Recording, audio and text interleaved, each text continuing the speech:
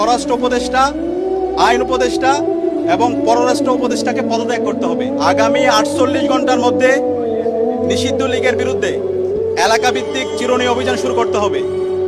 নিষিদ্ধ ঘোষিত সংগঠনের বিভিন্ন স্তরের সকল সন্ত্রাসীদেরকে গ্রেপ্তার করতে হবে। আমাদের 1 নম্বর দাবি, আমাদের ভাই উসমান হাদির উপর গুলিবর্ষণের সঙ্গে জড়িত প্রত্যক্ষ হামলাকারী, পরিকল্পনাকারী ও সহায়তাকারী সকল সন্ত্রাসীদেরকে গ্রেপ্তার করতে হবে।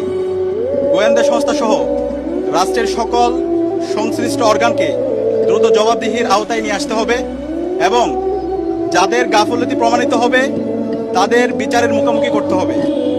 একই সঙ্গে যারা এই হামলাকে সমর্থন জুগিয়েছে, হাদি ভাই এবং জুলাই বিপ্লবীদের হত্যাযোগ্য করে তুলেছে, সেই কালচারাল ফেসিস্টদেরকে সামাজিকভাবে বয়কট করতে হবে।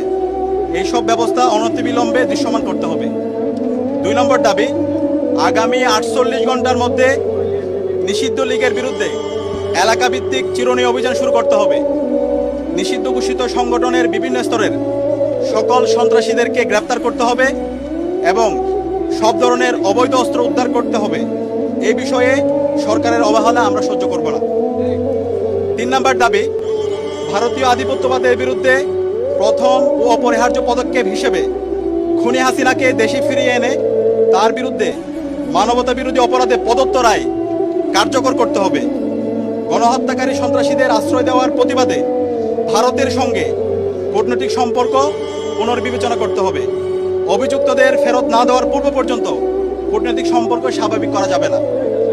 এই দাবি অনতিবিলম্বে না মানা হলে এবং আইন শৃঙ্খলা পরিস্থিতি দৃশ্যমান পরিবর্তন না দেখাতে পারলে স্বরাষ্ট্র উপদেষ্টা, আইন উপদেষ্টা এবং পররাষ্ট্র উপদেষ্টাকে পদত্যাগ করতে হবে।